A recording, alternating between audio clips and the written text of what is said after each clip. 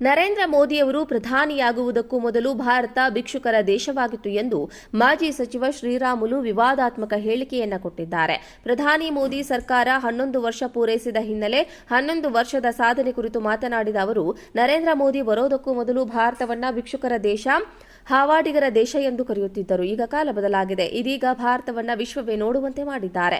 ನೆಹರು ಅವರ ಕಾಲದಲ್ಲಿ ವೈಯಕ್ತಿಕ ಹಿತಾಸಕ್ತಿಗೆ ಕೆಲಸ ಮಾಡಿದ್ರು. ದೇಶದ ಅಭಿವೃದ್ಧಿ ಬಗ್ಗೆ ನೆಹರು ಕುಟುಂಬ ಚಿಂತನೆ ಮಾಡಿಲ್ಲ. ವೈಯಕ್ತಿಕ ಅಭಿವೃದ್ಧಿ ಹೊಂದಿದ್ದು ಹೊರತು ದೇಶ ಅಭಿವೃದ್ಧಿ ಮಾಡಲಿಲ್ಲ.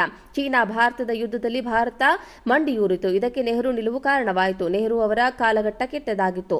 ಸಾವಿರಾರು ಸೈನಿಕರು ಹುತಾತ್ಮರಾದರು ಎಂದು ನೆಹರು ಮತ್ತು ಇಂದಿರಾ ಗಾಂಧಿ ಕಾಲಘಟ್ಟದ ಭ್ರಷ್ಟಾಚಾರ ವಿವರಣೆಯನ್ನ ನೀಡಿದ್ದಾರೆ.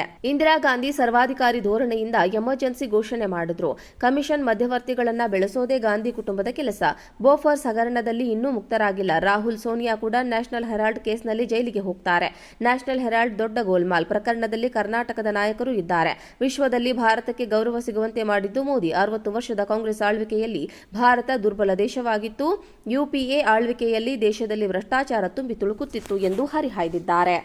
ನರೇಂದ್ರ ಮೋದಿಯವರು ಪ್ರಧಾನಿಯಾಗುವುದಕ್ಕೂ ಮೊದಲು ಭಾರತ ಭಿಕ್ಷುಕರ ದೇಶವಾಗಿತ್ತು ಎಂದು ಮಾಜಿ ಸಚಿವ ಶ್ರೀರಾಮುಲು ವಿವಾದಾತ್ಮಕ ಹೇಳಿಕೆಯನ್ನ ಕೊಟ್ಟಿದ್ದಾರೆ. ಪ್ರಧಾನಿ ಮೋದಿ ಸರ್ಕಾರ 11 ವರ್ಷ ಪೂರೈಸಿದ ಹಿನ್ನೆಲೆ 11 ವರ್ಷದ ಸಾಧನೆ ಕುರಿತು ಮಾತನಾಡಿದ ಅವರು, ನರೇಂದ್ರ ಮೋದಿ ಬರೋದಕ್ಕೂ ಮೊದಲು ಭಾರತವನ್ನ ಭಿಕ್ಷುಕರ ದೇಶ, ಹಾವಾಡಿಗರ ದೇಶ ಎಂದು ಕರೆಯುತ್ತಿದ್ದರು. ಈಗ ಕಾಲ ಬದಲಾಗಿದೆ. ಇದೀಗ ಭಾರತವನ್ನ ವಿಶ್ವವೇ ನೋಡುವಂತೆ ಮಾಡಿದ್ದಾರೆ. ನೆಹರು ಅವರ ಕಾಲದಲ್ಲಿ ವೈಯಕ್ತಿಕ ಹಿತಾಸಕ್ತಿಗೆ ಕೆಲಸ ಮಾಡಿದ್ರು. ದೇಶದ ಅಭಿವೃದ್ಧಿ ಬಗ್ಗೆ ನೆಹರು ಕುಟುಂಬ ಚಿಂತನೆ ಮಾಡಿಲ್ಲ. ವೈಯಕ್ತಿಕ ಅಭಿವೃದ್ಧಿ ಹೊಂದಿದ್ದು ಹೊರತು ದೇಶ ಅಭಿವೃದ್ಧಿ ಮಾಡಲಿಲ್ಲ. ಚೀನಾ ಭಾರತದ ಯುದ್ಧದಲ್ಲಿ ಭಾರತ ಮಂಡಿಯೂರಿತು. ಇದಕ್ಕೆ ನೆಹರು ನಿಲುವು ಕಾರಣವಾಯಿತು. ನೆಹರು ಅವರ ಕಾಲಘಟ್ಟ ಕೆಟ್ಟದಾಗಿತ್ತು. ಸಾವಿರಾರು ಸೈನಿಕರು ಹುತಾತ್ಮರಾದರು ಎಂದು ನೆಹರು ಮತ್ತು ಇಂದಿರಾ ಗಾಂಧಿ ಕಾಲಘಟ್ಟದ ಭ್ರಷ್ಟಾಚಾರ ವಿವರಣೆಯನ್ನ ನೀಡಿದ್ದಾರೆ. ಇಂದಿರಾ ಗಾಂಧಿ ಸರ್ವಾಧಿಕಾರಿ ಧೋರಣೆಯಿಂದ ಎಮರ್ಜೆನ್ಸಿ ಘೋಷಣೆ ಮಾಡಿದ್ರು. ಕಮಿಷನ್ ಮಧ್ಯವರ್ತಿಗಳನ್ನ ಬೆಳೆಸೋದೇ ಗಾಂಧಿ ಕುಟುಂಬದ ಕೆಲಸ. ಬೋಫರ್ಸ್ ಹಗರಣದಲ್ಲಿ ಇನ್ನೂ ಮುಕ್ತರಾಗಿಲ್ಲ. ರಾಹುಲ್, ಸೋನಿಯಾ ಕೂಡ ನ್ಯಾಷನಲ್ ಹೆರಾಲ್ಡ್ ಕೇಸ್ನಲ್ಲಿ ಜೈಲಿಗೆ ಹೋಗ್ತಾರೆ. ನ್ಯಾಷನಲ್ ಹೆರಾಲ್ಡ್ ದೊಡ್ಡ ಗೋಲ್ಮಾಲ್ ಪ್ರಕರಣದಲ್ಲಿ ಕರ್ನಾಟಕದ ನಾಯಕರು ಇದ್ದಾರೆ. ವಿಶ್ವದಲ್ಲಿ ಭಾರತಕ್ಕೆ ಗೌರವ ಸಿಗುವಂತೆ ಮಾಡಿದ್ದು ಮೋದಿ. 60 ವರ್ಷದ ಕಾಂಗ್ರೆಸ್ ಆಳ್ವಿಕೆಯಲ್ಲಿ ಭಾರತ ದುರ್ಬಲ ದೇಶವಾಗಿತ್ತು. ಯುಪಿಎ ಆಳ್ವಿಕೆಯಲ್ಲಿ ದೇಶದಲ್ಲಿ ಭ್ರಷ್ಟಾಚಾರ ತುಂಬಿ ತುಳುಕುತ್ತಿತ್ತು ಎಂದು ಹರಿಹಾಯ್ದಿದ್ದಾರೆ.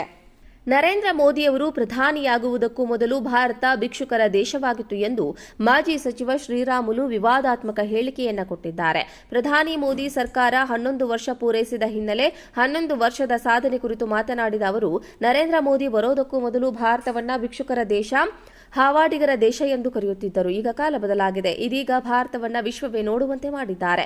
ನೆಹರು ಅವರ ಕಾಲದಲ್ಲಿ ವೈಯಕ್ತಿಕ ಹಿತಾಸಕ್ತಿಗೆ ಕೆಲಸ ಮಾಡಿದ್ರು. ದೇಶದ ಅಭಿವೃದ್ಧಿ ಬಗ್ಗೆ ನೆಹರು ಕುಟುಂಬ ಚಿಂತನೆ ಮಾಡಿಲ್ಲ. ವೈಯಕ್ತಿಕ ಅಭಿವೃದ್ಧಿ ಹೊಂದಿದ್ದು ಹೊರತು ದೇಶ ಅಭಿವೃದ್ಧಿ ಮಾಡಲಿಲ್ಲ.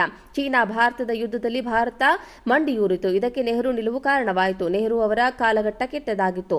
ಸಾವಿರಾರು ಸೈನಿಕರು ಹುತಾತ್ಮರಾದರು ಎಂದು ನೆಹರು ಮತ್ತು ಇಂದಿರಾ ಗಾಂಧಿ ಕಾಲಘಟ್ಟದ ಭ್ರಷ್ಟಾಚಾರ ವಿವರಣೆಯನ್ನ ನೀಡಿದ್ದಾರೆ. ಇಂದಿರಾ ಗಾಂಧಿ ಸರ್ವಾಧಿಕಾರಿ ಧೋರಣೆಯಿಂದ ಎಮರ್ಜೆನ್ಸಿ ಘೋಷಣೆ ಮಾಡಿದ್ರು. ಕಮಿಷನ್ ಮಧ್ಯವರ್ತಿಗಳನ್ನ ಬೆಳೆಸೋದೇ ಗಾಂಧಿ ಕುಟುಂಬದ ಕೆಲಸ.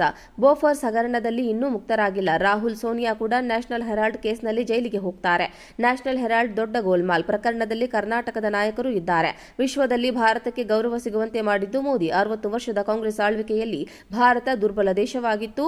ಯುಪಿಎ ಆಳ್ವಿಕೆಯಲ್ಲಿ ದೇಶದಲ್ಲಿ ಭ್ರಷ್ಟಾಚಾರ ತುಂಬಿ ತುಳುಕುತ್ತಿತ್ತು ಎಂದು ಹರಿಹಾಯ್ದಿದ್ದಾರೆ.